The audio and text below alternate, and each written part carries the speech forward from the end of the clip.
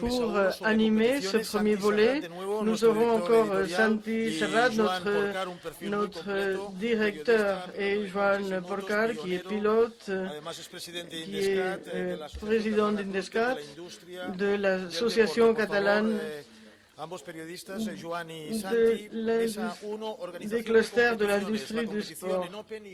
Donc ici, on va parler de monotype versus open, la standardisation des bateaux, la participation, l'état actuel des courses, coûts économiques, faut-il chercher de nouveaux modèles, comment tout cela a une diversification de la flotte, pourquoi est-ce que l'on est de plus en plus loin des écuries privées. Nous avons deux organisateurs. Le premier, Pierre Bogic, qui nous accompagne, qui est venu de Paris. Il est le directeur général de Penduic, comme vous pouvez le lire dans le dossier. C'est une société qui organise la route du Rhône, Solitaire de Figaro, Transat Bretagne, c'est-à-dire qu'il y a beaucoup d'expérience des courses au large.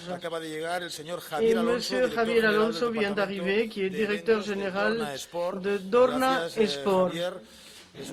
Donc, c'est directeur de l'événementiel. Il protagonise aussi la catégorie Open, MotoGP ou Moto2 et Moto3. Santi, nous allons commencer par toi. Allons-y. Un peu, nous allons expliquer ce que vient de dire Lucas Bourget par rapport aux normes où la règle IMOCA va changer. Donc cela porte sur les quilles. Les quilles seront en inox, en monobloc, et ensuite les mâts seront tout construits avec le même moule. On ne sait pas encore quels sont les mâts qui vont être construits. On ne sait pas si c'est un gréement classique ou avec des rigueurs. Donc on ne sait pas exactement comment cela sera. Donc les mâts et les quilles, ce sont un peu les données que nous avons expliquées. C'était...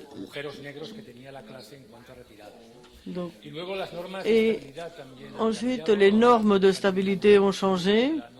Maintenant, il y a cette norme des 10 degrés. C'était un test que l'on faisait. On chargeait les tanks, parce qu'il y a des tanks d'eau, un contrepoids, et on mettait toutes les charges. Et on ne devait pas dépasser les 10 degrés. Cette norme a été éliminée. Et aussi, il y avait un angle maximal de chavirement. On incline le bateau, donc à partir d'un certain angle, le bateau chavire. Donc maintenant, cet angle est à 114. Donc cela veut dire que il y a 90 degrés, c'est le mât parallèle à l'eau, 110 degrés, c'est cela, et 114 degrés, c'est un peu plus. Donc s'il est à côté de l'eau, il devra pouvoir se redresser. Donc c'est un peu ce que nous a expliqué Luc. Donc c'est une bonne nouvelle pour les sponsors, pour les organisateurs. Je ne sais pas qu'est-ce que tu en penses comme skipper amateur, et M. Bogic aussi pourrait nous donner son opinion.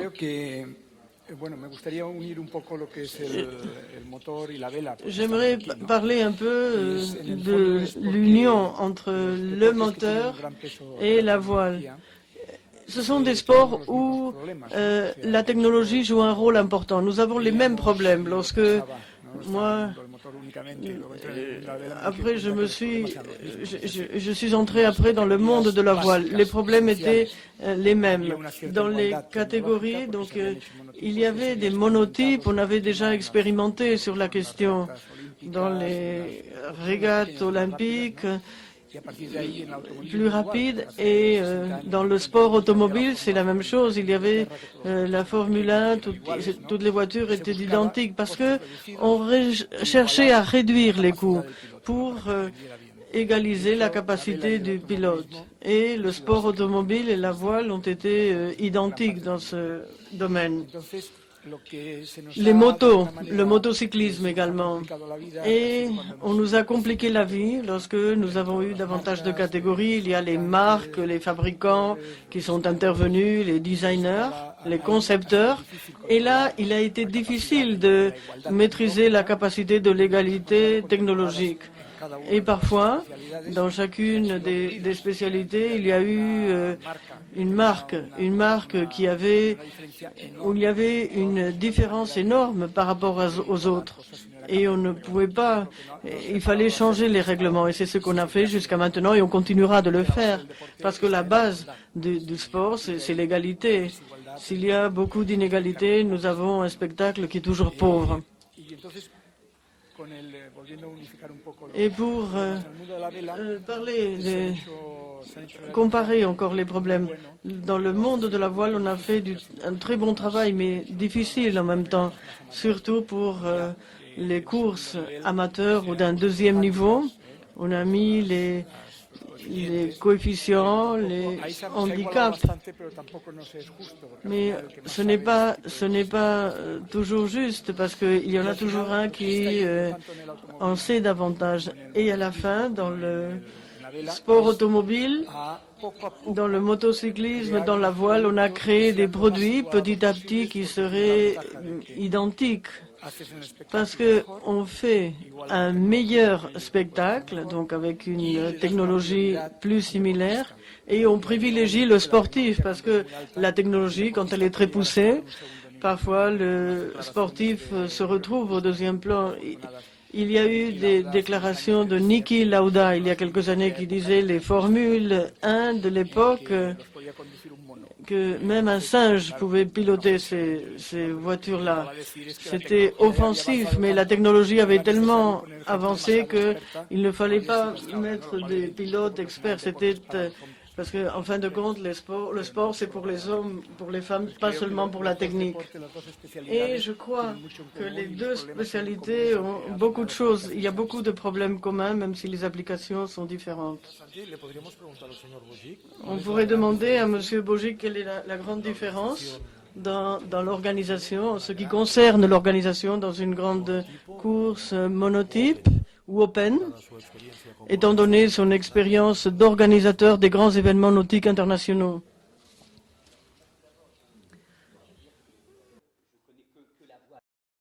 Le sport motonautique ou motocycliste. Mais il y a une chose qui est importante, c'est que la voile est un sport mécanique. Et c'est vrai que les gens ne le savent pas et ça peut surprendre, mais c'est aussi un sport mécanique. Donc c'est là où je vois un parallèle entre le sport que vous venez d'évoquer et puis la voile. Mais je pense que pour ce qui me concerne et la connaissance que j'en ai, je pense que ça se limite à ça. Alors, la question qui se pose aujourd'hui de la monotypie ou de la classe open, c'est une question qui se pose depuis l'origine de la course océanique, puisque dans votre historique qui était très très bien fait, vous êtes parti, pour moi, l'origine de la course océanique, c'est les années 1960, où il y a eu la première transatlantique qui s'est faite entre 4 personnes qui sont parties d'Angleterre vers les États-Unis. Et c'était sur la base de valeurs qui ont persisté. Et ce que je pense qui est important, et c'est là où je pense que notre sport, qui est la voile, est vraiment quelque chose d'unique, c'est que ce sport repose sur des valeurs qui ont perduré depuis l'origine. C'est quoi? C'est l'aventure, c'est la performance, c'est l'innovation. Et ça, je pense que c'est ce qui a prévalu au succès et qui fait que ce sport, qui n'est pas un sport grand public, a autant d'audience auprès des médias. Donc je pense que c'est comme ça que les choses sont nées. Et puis ce qui était intéressant, c'est que à l'origine, les courses étaient imaginées et on faisait les bateaux pour les adapter aux courses qu'on voulait courir. Moi, je me souviens parce que Penduic est du nom de la société, du nom d'Éric Tabarly, et j'ai donc bien suivi l'évolution de la course océanique depuis les années 1960. Moi, je me souviens qu'Éric Tabarly, pour faire la Transpacifique, il a imaginé un bateau qui réponde aux conditions qu'il allait rencontrer. Donc évidemment, les choses ont nettement évolué, mais ce qui est intéressant, c'est que c'était donc le principe de l'open, parce que ce qui prévalait, c'était l'aventure humaine, un homme, une femme, seul face à l'océan. Et c'est ça qui a fait que des grandes histoires se sont construites. Alors, la question de la monotypie, moi, depuis les années 1980, c'est une question qui est récurrente et qui s'est posée 4 ou 5 fois. Et c'est à peu près à chaque fois après une épreuve, parce que on débriefe, on analyse, on regarde ce qui s'est passé. Et il y a une réaction qui est normale. Et je trouve que les classes ont raison d'avoir ces démarches parce qu'elles se posent la question sur le problème de la sécurité. Alors, quand on se pose la question et la réflexion par rapport à la sécurité, je pense que c'est une bonne question et après, il faut y apporter les bonnes réponses. En revanche, et ça n'engage que l'organisateur que je suis, c'est-à-dire que les marins peuvent avoir une autre approche, mais en tant qu'organisateur, je pense que la question économique n'est pas nécessairement une bonne question qu'il faut se poser parce que la contrainte économique n'apporte pas, ou tout au moins n'aide pas à apporter les bonnes réponses, de mon point de vue. La question de sécurité, c'est de se dire, bon, il y a eu tel problème, alors une fois c'est les mâts, une fois c'est les quilles, après il y a différentes choses, donc on cherche à faire évoluer. Les architectes cherchent des solutions. Aujourd'hui, personne, de mon point de vue, n'a la solution idéale, puisqu'on a tenté des monotypies, on a tenté la classe open, et à chaque fois, des nouvelles questions se posent. Mais pourquoi des nouvelles questions se posent? C'est parce que la technologie évolue. Et une des choses les plus importantes de mon point de vue, et ça vaut aussi dans votre sport, c'est que ce sport fait évoluer les choses parce qu'il y a l'innovation. Et si beaucoup de sponsors viennent dans la course océanique, c'est parce qu'ils y trouvent aussi, en termes de communication interne et en termes de communication externe, ils y trouvent aussi cette réponse, c'est l'innovation. Donc c'est quelque chose qui est majeur. Et il faut craindre que la monotypie bride l'innovation. Et c'est l'exemple de la classe Figaro-Beneteau. Nous organisons la solitaire du Figaro, qui est une course qui existe depuis 44 ans. Nous l'organisons depuis 2 ans, Penduic. C'est une classe qui est extrêmement intéressante, mais quand vous regardez l'évolution, il y a eu un bateau qui a été figé pendant plus de 10 ans. Le deuxième est figé. Et pourquoi on est passé du Figaro 1 au Figaro 2? C'est parce que les skippers trouvaient que ça devenait un petit peu ennuyeux. Quand on avait vu l'évolution qu'il y avait eu sur les bateaux dans les autres classes, ils trouvaient que c'était un petit peu ennuyeux, que le bateau n'allait plus assez vite et qu'on ne pouvait pas l'optimiser. Donc, le problème est extrêmement complexe. Donc, pour commencer à répondre en partie à votre question, moi, je pense que ce sport, pour les sponsors, pour les financiers, pour les collectivités qui investissent, est un sport qui offre, si on prend toutes les catégories de la voile, qui offre énormément de possibilités. Un sponsor, quels que soient ses objectifs de communication interne, communication externe, ou que ce soit ses moyens financiers, il peut trouver dans les différentes catégories de bateaux et d'aventures, il peut trouver la catégorie qui lui convient. Donc je pense que c'est un des intérêts de notre sport, c'est qu'on offre un panel extrêmement large de possibilités pour une entreprise et pour un skipper d'aller dans telle ou telle direction. Alors après, en tant qu'organisateur, ça c'est mon point de vue, je pense qu'une épreuve est imaginée sur un concept. Je dis souvent qu'une course océanique, ce n'est pas un point de départ et un point d'arrivée, c'est une idée à l'origine qui doit porter la course. Et la difficulté, c'est que au gré des évolutions économiques, des cycles économiques, parce qu'on est dans des cycles économiques, les classes de skippers font pression sur les organisateurs pour les orienter dans tel ou tel sens. Moi, pour ce qui me concerne, j'ai eu à plusieurs reprises la pression de la classe. Certaines périodes, c'était la classe IMOCA. D'autres périodes, c'était la classe des Orma, les multicoques 60 pieds open, pour réserver telle ou telle course à tel ou tel type de bateau. Je prends l'exemple de la Route du Rhum, qui est une course assez atypique en solitaire française, qui est une course extrêmement célèbre et qui a un succès incroyable en France. Et le principe d'origine, c'était la liberté, et c'était donc multiclasse, totalement open. Ça allait des bateaux de 14 mètres jusqu'aux bateaux sans limite de taille. Et c'est vrai que ça a été, c'est ce qui a contribué, au succès populaire phénoménal, puisqu'on a près de 2 millions de personnes qui viennent à Saint-Malo à chaque départ de course. C'est un succès médiatique considérable et c'est un intérêt sportif important. Mais c'est parce que l'idée d'origine a été conservée. Si on devait changer cette idée d'origine, je ne suis pas sûr que le succès serait le même. Donc, pour simplifier, pour essayer de synthétiser ce que je pense que chaque épreuve doit conserver son idée d'origine et puis faire son choix de monotypie ou de classe open. Mais je pense que trop brider, c'est arrêter l'innovation. Il faut savoir qu'il y a une économie et une industrie derrière notre sport, comme dans la course automobile ou les courses à moto, et que c'est un formidable laboratoire d'expérimentation et de progrès. Merci, Monsieur Bojic, del campo de regatas al circuito, con Javier Alonso. Tenemos tres categorías, Javier, Nous avons trois MotoGP, catégories, Moto2 y Moto3. MotoGP, donc Moto 2 et Moto 3. Donc on pourrait parler de châssis libre Honda et Moto 3 Open. Honda maintenant est la marque Mahindra indienne. Ces catégories, qu'ont-elles apporté? Pourquoi est-ce que les équipes officielles sont très loin des autres? Comment faire pour qu'il y ait moins d'écart? Et comment pourrait-on un peu brider les budgets? C'est ce que va nous expliquer Javier Alonso sur le sport. Donc nous avons eu un problème il y a quelques années lorsque nous avions la catégorie de 2,5. Et dans ces catégories, c'était toujours les mêmes qui gagnaient. Il y avait toujours Aprilia ou les autres qui gagnaient. Pour essayer de résoudre ce problème, nous avons changé la catégorie. Nous avons fait une catégorie qui est celle de Moto 2, où le châssis est libre, mais c'est un moteur que nous distribuons directement. Les pneus sont les mêmes pour tous les pilotes et l'essence est la même. Donc il y a peu de marge de manœuvre sur le plan technique.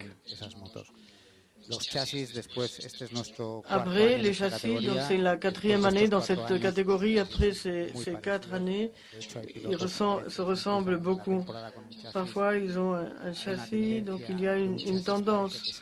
On pourrait dire qu'on les change et les performances des pilotes sont toujours les mêmes. Il y a des performances grâce à ses capacités, grâce aux capacités de préparation pour la course. C'est quelque chose qui fonctionne très bien. Nous avons continué avec cette catégorie. Nous avons un contrat avec une nouvelle entreprise pour développer les moteurs. Le prix n'a pas changé et on continue à maintenir des prix raisonnables. Nous sommes très contents du résultat. Et avec cette catégorie, toute équipe peut lutter pour gagner dans toutes les courses. Et c'est vrai que Marquez a dominé dans cette catégorie. Mais il y a des pilotes qui ne sont pas en tête, mais qui peuvent gagner certaines courses. Et cela est très utile pour les sponsors et pour les équipes. En Moto 3, nous avons cherché une situation différente parce qu'à la fin, quand il y a tellement de contraintes, c'est mieux. Donc s'il y a davantage de fabricants et avec les règlements techniques, nous avons essayé d'avoir la liberté pour les moteurs. Nous avons 3 moteurs, 3 fabricants qui sont avec nous. Nous avons déjà préparé un nouveau règlement pour 2014 et un autre pour 2015 pour limiter un peu les changements des marques. Maintenant, KTM domine la catégorie devant Honda et on est en train de chercher des changements. Si on n'y parvient pas, peut-être on ferait du monomoteur en Moto 3. Mais maintenant, nous sommes en train d'essayer d'empêcher cela. Et GP, évidemment, c'est là où on donne toute la liberté possible. C'est vrai qu'il y a des aspects pour les pneus, c'est monomarque, et nous sommes en train de travailler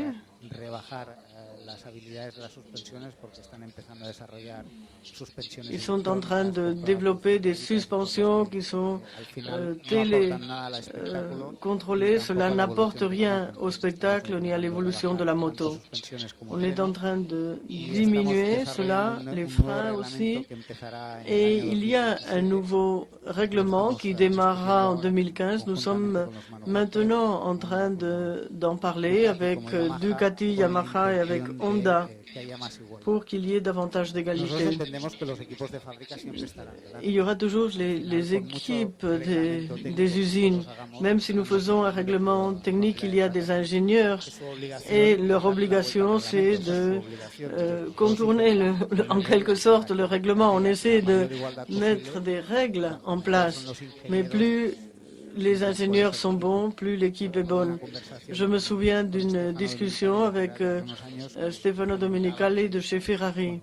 Il me disait qu'à un moment donné, ils ont gelé l'évolution des moteurs en Formule 1 et maintenant, au lieu d'avoir des ingénieurs techniques, ils avaient davantage d'ingénieurs chimiques pour analyser l'évolution, les gaz, l'essence.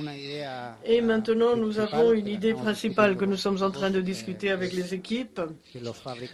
Les fabricants doivent développer un nombre minimal de motos avec les mêmes spécifications techniques.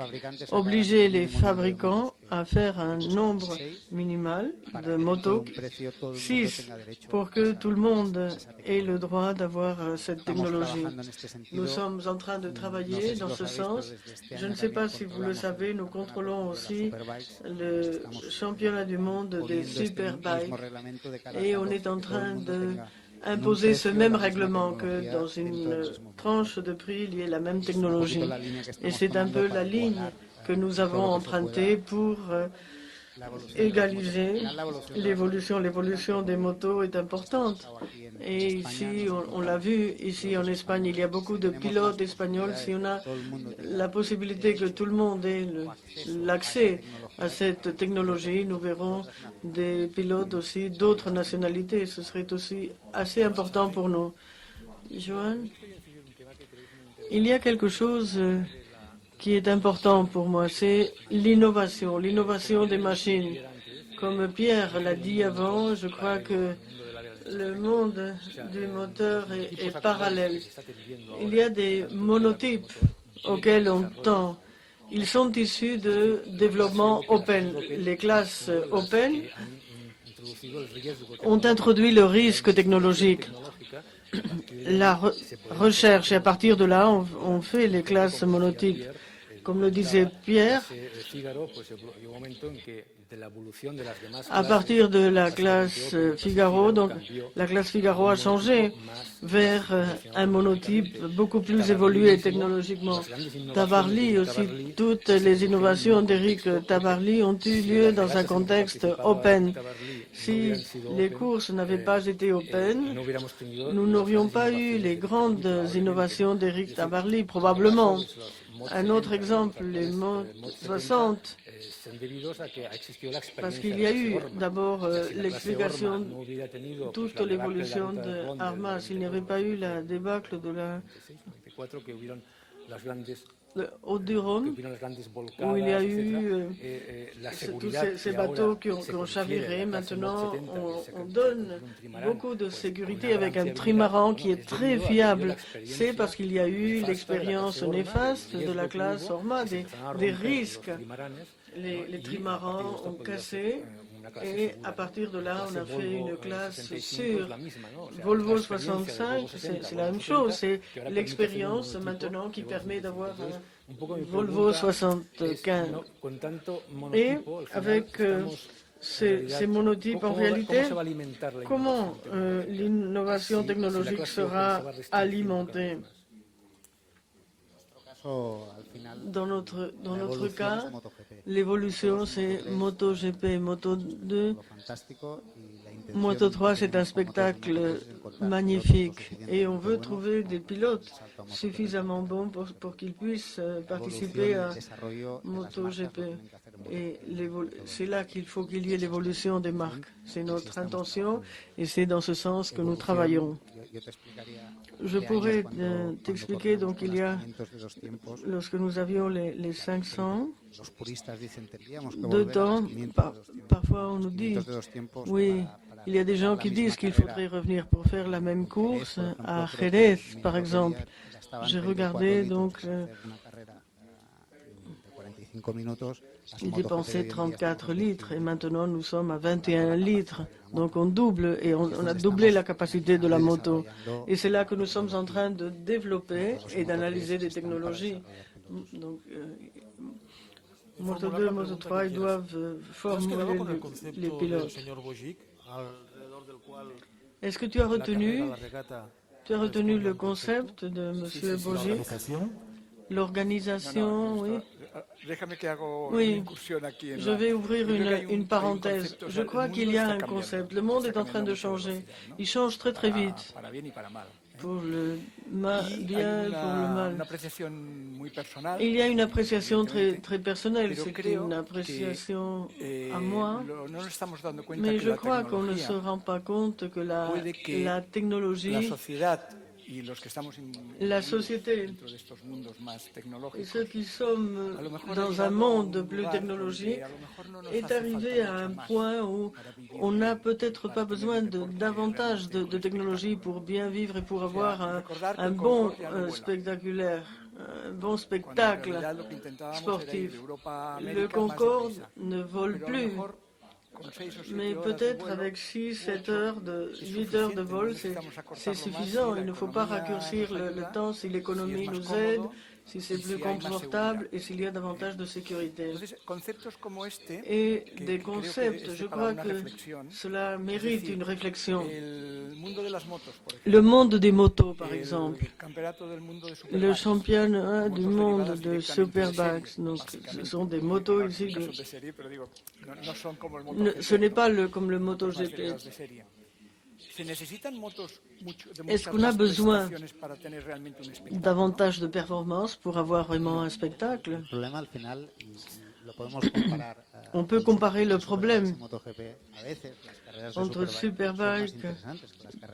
Parfois, les courses de Superbike sont plus intéressantes, mais c'est le public qui commande, c'est l'histoire. Les grands pilotes, les grands exploits sont en MotoGP. C'est pour cela que nous avons 4 millions de personnes d'audience et nous en avons 400 000 pour les Superbikes. On ne peut pas comparer l'audience avec la course. La course d'Aragon a été intéressante avec un public. Nous avons eu 15 000 personnes sur le circuit. Et pour GP, on peut en avoir 65 000 facilement. Mais ce qu'il faut essayer, c'est de comprendre ce qu'est notre sport. Et une fois on l'aura compris, il faut le faire évoluer. Il n'y avait pas de pilote il y a 20 ans. On se souvient des courses qu'il y avait. Il y avait des Anglais, des Italiens. Mais maintenant, il y a 8 pilotes espagnols et les gens se disent c'est un désastre. Il y a beaucoup de pilotes espagnols. Je me souviens quand il y avait 8 Américains, personne ne se plaignait. Et un peu, il faut chercher une évolution équitable sur le plan technique et chercher les personnages, les personnalités qui nous aident à mettre en relief le sport. Oui, je suis d'accord, mais pendant très longtemps, je crois que pendant de nombreuses années, la technologie a beaucoup évolué, elle nous surprend tous les jours. Mais moi, c'est un peu des questions que je soumets ici. Mais parfois, c'est une contradiction plutôt qu'une aberration de voir que nous essayons, avec les règlements, de freiner la technologie. Et cela rend beaucoup plus cher le sport au lieu d'avoir, je ne sais pas, au lieu d'avoir un moteur de 3000 cm3, eh bien, on peut avoir un moteur qui a les mêmes performances. Il faut mettre la logique pour essayer de raffiner la technologie. Et nous avons peut-être perdu la réalité. Et maintenant, je vais entrer dans la philosophie des organisations. Il est important que tous les événements sportifs, toutes les performances aient une philosophie très claire. Et l'essence de toute activité, c'est qu'il y ait une philosophie très claire depuis le début, qu'il y ait donc un maintien dans le temps. La route du Rhum, c'est une course qui s'est maintenue et qui n'a pas dû tellement changer les règlements pour que ce soit un succès.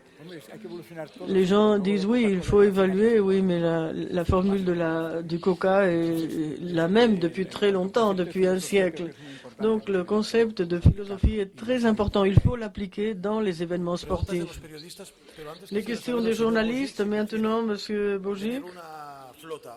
Est-ce qu'il veut avoir une flotte très internationale avec ou bien avoir... Qu'est-ce qu'il veut? Il veut avoir un plus grand nombre. Qu'est-ce que vous préférez exactement? Après, je reviendrai juste sur une chose qui a été dite. Parole aux D'accord. journalistes qui nous Alors donc, je reviendrai, ou alors je vais répondre à votre question, puis après, je voudrais quand même dire une chose concernant la technologie, parce que pour ce qui concerne la voile, je suis pas tout à fait, vous m'en voudrez pas, je suis pas tout à fait d'accord avec vous pour ce qui concerne notre sport. Alors, ce que je veux moi en tant qu'organisateur, vous savez, ce qu'il faut, c'est faire d'abord un événement sportif qui ait une vraie valeur. C'est-à-dire un événement sportif qui réponde à l'objectif qu'on s'est fixé. On a fait des courses avec 85 bateaux, puisque la dernière route du Rhum, en 2010, il y avait 85 bateaux au départ, dans 5 classes, 5 catégories de bateaux différentes. Et on a fait également des courses avec 8 ou 10 bateaux. Oui, et bien sûr, l'organisateur il est content d'avoir beaucoup de participants. Mais ce qui est important, c'est d'avoir une course qui a un fort concept, qui porte des valeurs qu'on retrouve d'édition en édition et qui soit pour les marins, pour les sponsors, pour tout le monde, qui soit un véritable objectif. Aujourd'hui, ce qui est intéressant, c'est que un skipper, il a envie de faire la Barcelona World Race. Il a envie de faire le Vendée Globe. Dans la catégorie des multicoques, il a envie de faire la route du Rhum. Et son projet, il va le porter, il va aller voir il va imaginer son projet, il va aller voir des investisseurs, il va aller voir un sponsor, il va dire voilà ce que je veux faire. Donc, l'organisateur que je suis, il veut avoir un événement qui soit un événement sportif de qualité, reconnu, attractif pour les sportifs, que ce soit vraiment un objectif, qu'un skipper se dise dans mon palmarès, je veux avoir gagné la Barcelona World Race, je veux avoir gagné le Vendée Globe, je veux avoir gagné la route du Rhum.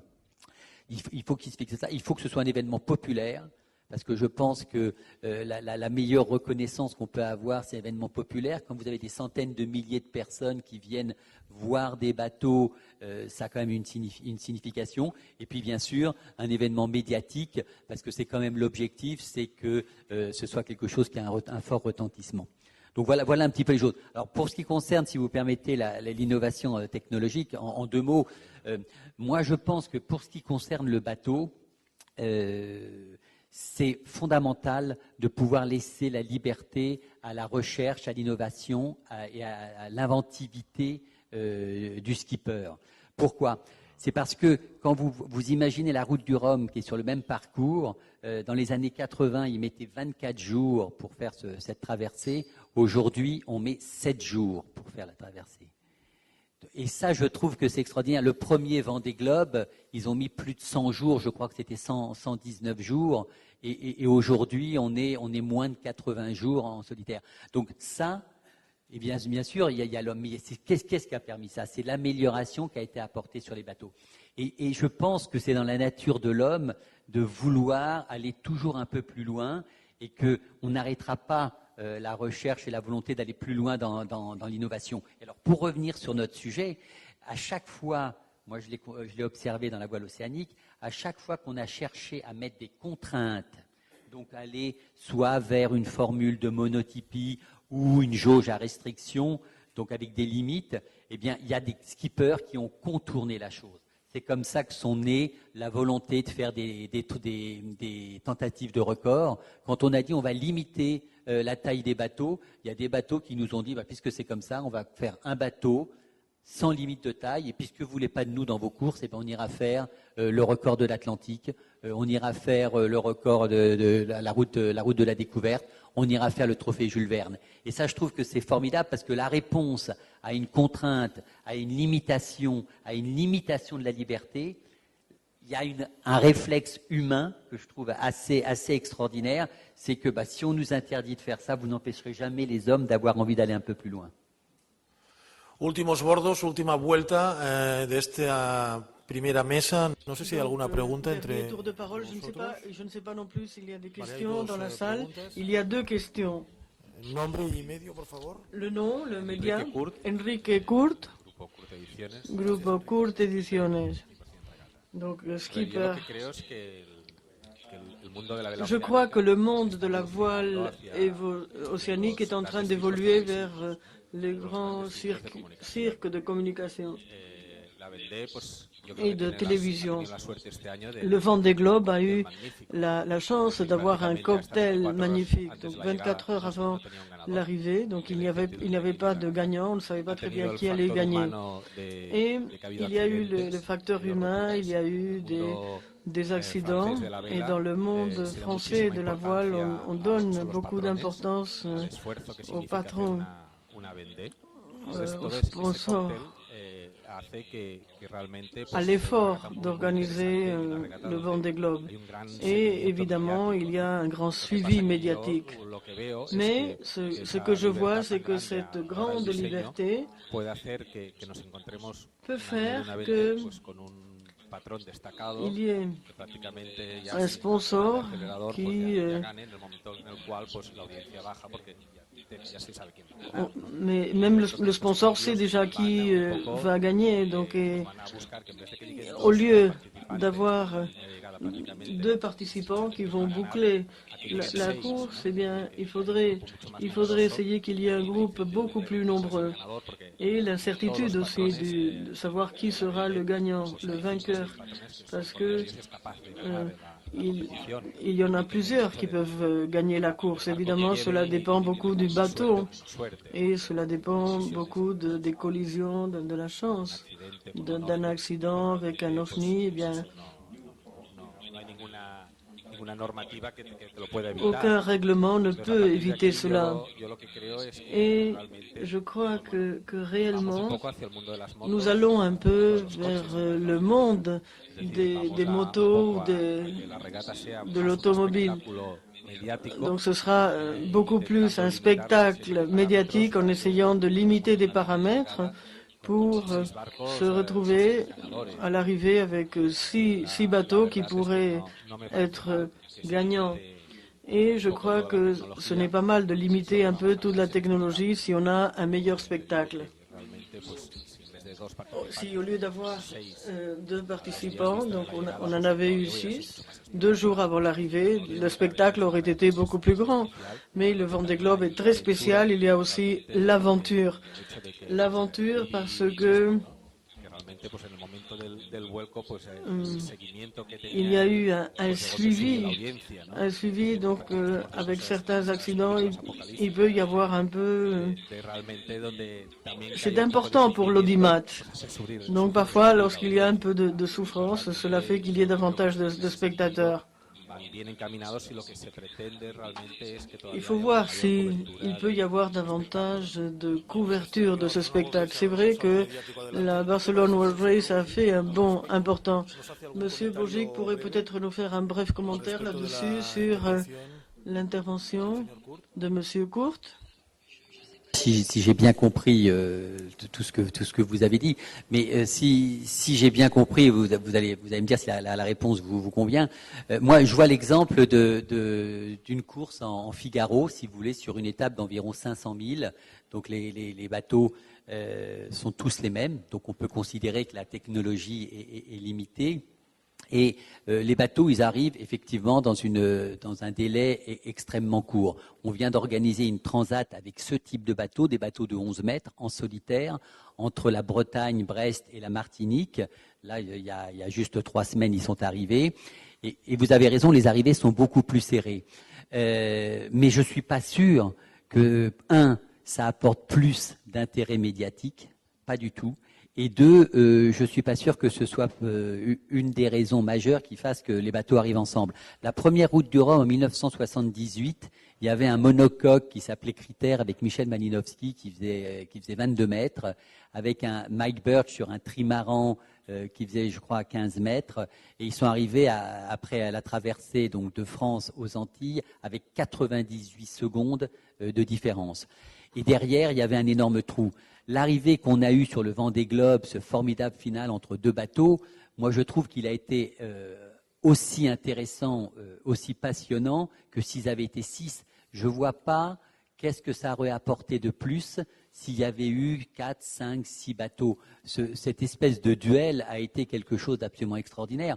Donc honnêtement, je ne pense pas que la limitation de la technologie va être un élément qui va nous permettre de mieux médiatiser. Je ne pense pas. Nicolas Terry, du journal ABC. Rapidement. Javier Alonso. Première question. Les motos qui ont remplacé les motos 3, les plus récentes, les motos d'avant, est-ce qu'elles ont été recyclées vers d'autres championnats? Et ensuite, est-ce que techniquement, on peut recycler la moto 3 pour qu'elle soit compétitive? Merci. Les anciennes 125 sont des motos qui n'existent plus. Il y a une catégorie, donc c'est le championnat de la Méditerranée, il y a un modèle 125. Mais comme on l'a fait avec un certain temps, Honda ne la fabrique plus. Et ceux qui ont une 125, ils ont cette moto comme dans un musée. Et la deuxième question, il y a quelqu'un qui a essayé d'utiliser la carrosserie d'une 125, mais un châssis d'une moto 3, c'est 60 000 euros pour toute une saison. Kiko Cusi avait demandé la parole. Suso García de La Vanguardia a la parole. En 2,5, donc ils dominaient. Mais Honda les a gagnés la dernière année. Suso et Kiko, dernière question avant de passer aux réseaux sociaux. Je voudrais vous dire si les cycles économiques sont en rapport avec ce dont nous parlons. Si on était dans un cycle d'expansion encore, est-ce que les grandes compétitions pourraient être box rule ou open? Par contre, nous sommes en pleine crise économique. Est-ce qu'il y a un impact? Est-ce qu'il y a une relation maintenant dans le cycle de crise? Le monotype peut favoriser une plus grande participation. Est-ce que cela existe? Et je voulais demander à Javier Alonso, étant donné qu'il y a ce rapport direct entre la technologie, le spectacle, le public, la nationalité des protagonistes, des pilotes, le cas échéant, a une importance décisive. Suso Pérez de La Vanguardia, il répète. La nationalité est importante. Mais en athlétisme, ce sont toujours les Jamaïcains qui gagnent. Et personne ne dit pourquoi les Jamaïcains sont ceux qui gagnent. On a fait beaucoup de travail ici en Espagne et c'est pour cela qu'il y a beaucoup de bons pilotes. Il y a eu beaucoup d'entreprises espagnoles qui ont misé sur le motocyclisme. C'est pour cela qu'il y a eu de bons pilotes. Il y a eu beaucoup de soutien. Et par rapport à ce que tu disais avant, c'est vrai, l'époque de la croissance économique, on a eu des sponsors de compagnies de tabac. Elles ont fait augmenter les prix des motos. Et maintenant, le prix de la technologie était trop élevé. Si maintenant, au lieu de cela, nous avions d'autres sponsors qui continuaient à payer les motos que nous avions à l'époque, on pourrait avoir peut-être davantage de liberté, mais ce n'est pas la réalité. Nous n'avons plus les sponsors que nous avions il y a 10 ans. Il faut chercher des formules pour que tout le monde puisse participer à un même niveau. Je me souviens lorsque Cito Pons était dans la meilleure catégorie, il avait une équipe privée. Maintenant, il ne pourrait plus être compétitif parce que personne ne lui vendrait une moto maintenant. Et c'est ce qu'il faut changer dans la réalité d'aujourd'hui. Il faut donner la possibilité pour être compétitif, pour élargir l'éventail de possibilités des gens.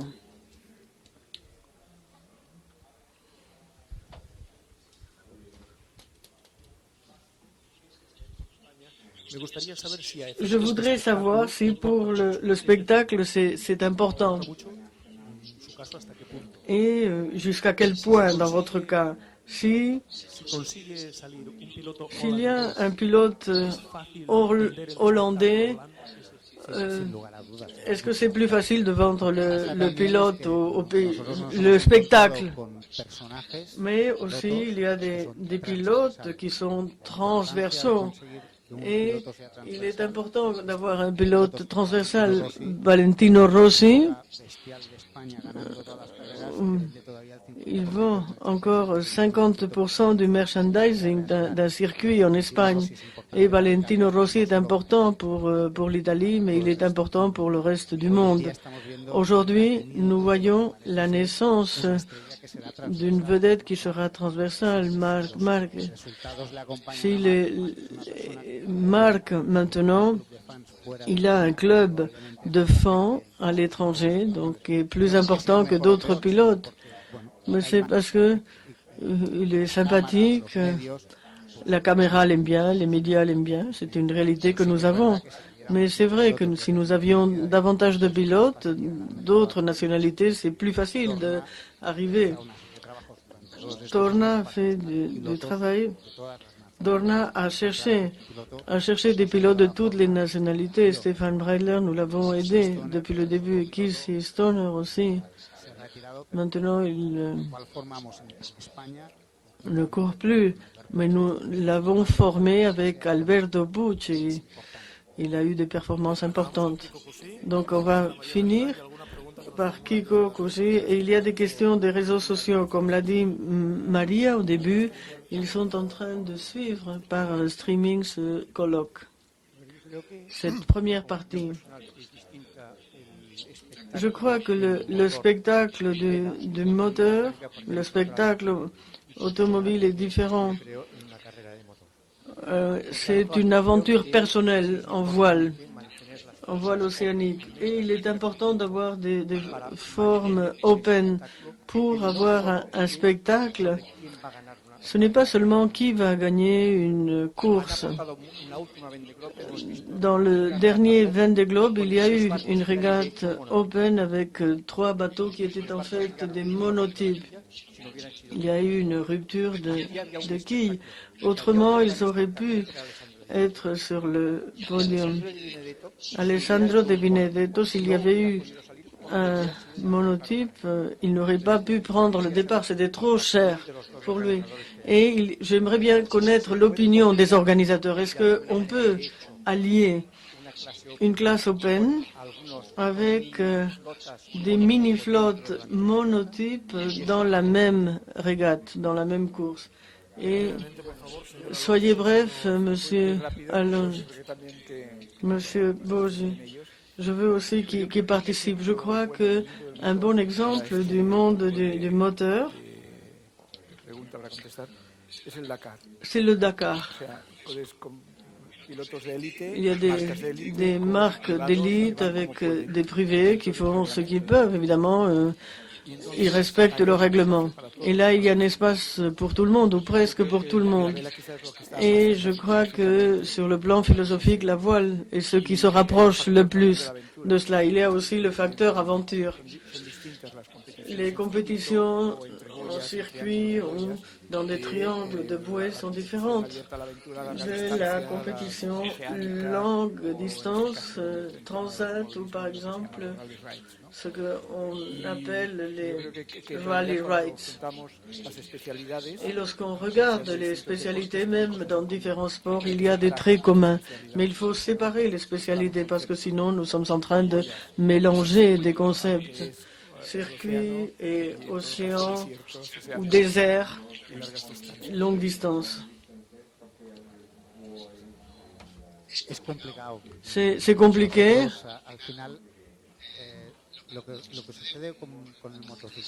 Ce qui se passe avec le sport moto, ce que nous avons essayé avec Moto 2, Moto 3, c'est donner la possibilité aux pilotes de montrer qu'ils peuvent conduire donc une moto.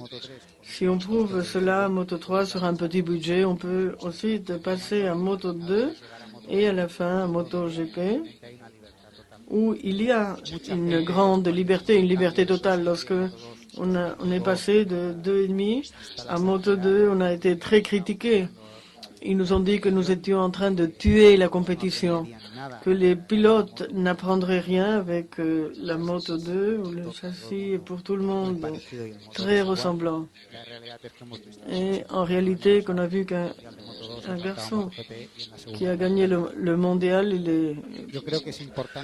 il est passé en Moto GP. Il faut donner une possibilité, il faut donner la possibilité de continuer à se développer. C'est pour cela que nous avons toutes ces catégories. Nous avons 3 catégories avec cet objectif. Des épreuves, c'est la route du Rhum. La route du Rhum est la meilleure réponse à la question que vous posez, c'est-à-dire que dans la même course, sur le même parcours, il y a des multicoques qui font 34 mètres de long. Et il y a des monocoques qui sont dans une classe, la classe 40, et qui font 12 mètres. Donc oui, c'est possible, je crois, de combiner les choses, mais il faut que ce soit l'esprit de la course. Depuis Facebook ou depuis Twitter, y a-t-il une question à Santi, Joan, Javier ou Pierre? Donc, si on n'a pas le temps, donc on le fera après sur le site web. Mais je crois que ce serait une question à Santi.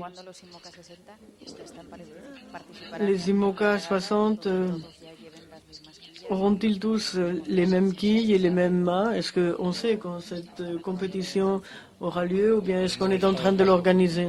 C'est une norme pour les prochains bateaux. Je crois que la norme doit encore être spécifiée. Le comité technique doit dire le type de mât, le type de quille. Et les nouveaux bateaux seront construits à partir de cette nouvelle norme. Donc il faut la spécifier pour pouvoir construire les bateaux. Les régates, je ne sais pas très bien, je ne sais pas si quelqu'un ici le sait mieux. Andorre, peut-être. Je ne sais pas, donc ils vont pouvoir participer avec les nouvelles normes et à partir de l'année prochaine, on appliquera les nouvelles normes pour les nouveaux bâtons. Pas le spécialiste du Vendée Globe, si vous voulez. Pour prolonger ce que disait Santi, la réponse est claire. L'objectif est fixé pour le prochain Vendée Globe. Donc tous les bateaux, maintenant les bateaux qui vont être construits devront respecter ces règles qui ont été établies. Et puis les bateaux qui existent aujourd'hui pourront s'adapter ou les anciens bateaux auront certaines tolérances. Mais il est clair que pour l'objectif, c'est le Vendée Globe 2016 pour fixer ces règles. Donc là-dessus, nous finissons le premier volet, cette première partie.